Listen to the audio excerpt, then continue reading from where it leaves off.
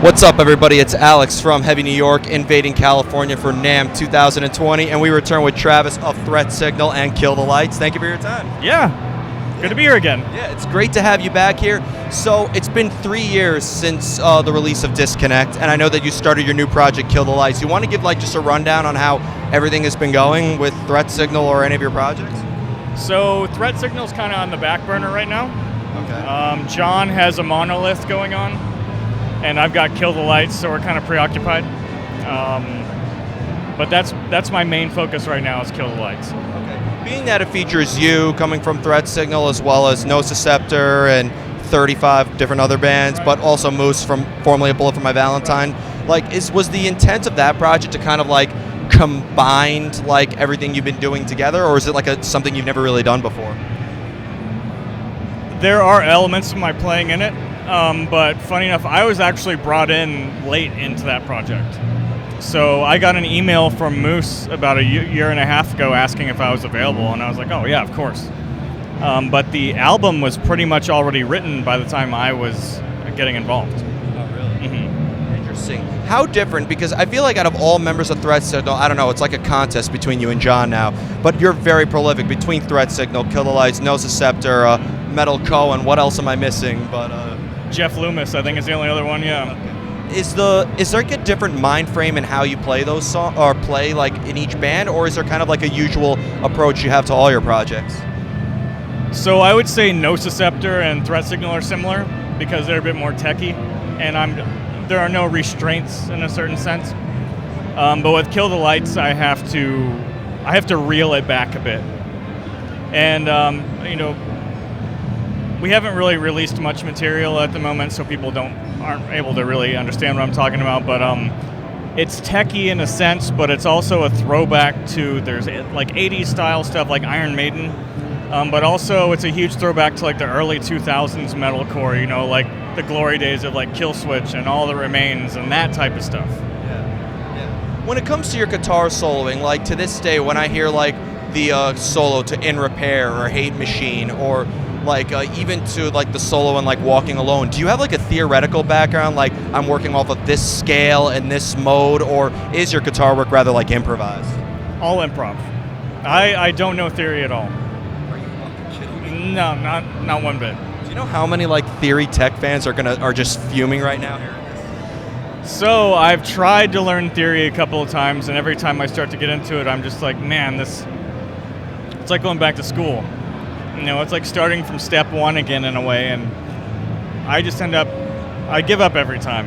And the way that I've learned to play so far is just by taking all the influences from what I've learned over the years. My career started from me doing YouTube covers.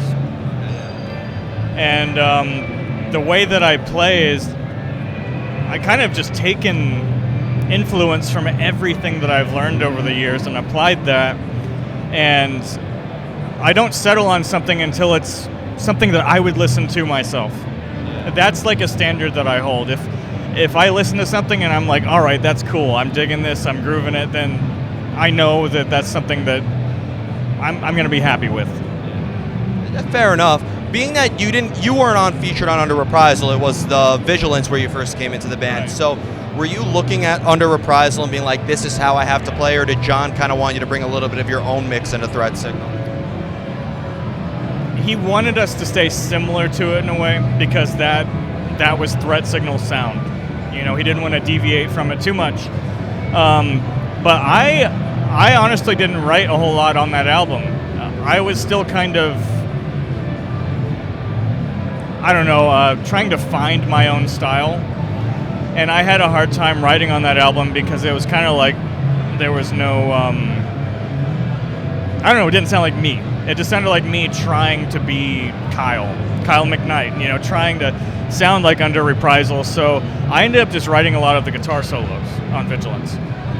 Well, when you play a more aggressive song, I'm talking Inane or Comatose, versus a more melodic song like Another Source of Light or Walking Alone, is the energy or the approach to that different as well? Yeah, definitely. When I start a melodic song, I have every time I start writing a song and I happen upon a riff that I'm really happy with, I kind of already have a vision in my head of where I want it to go.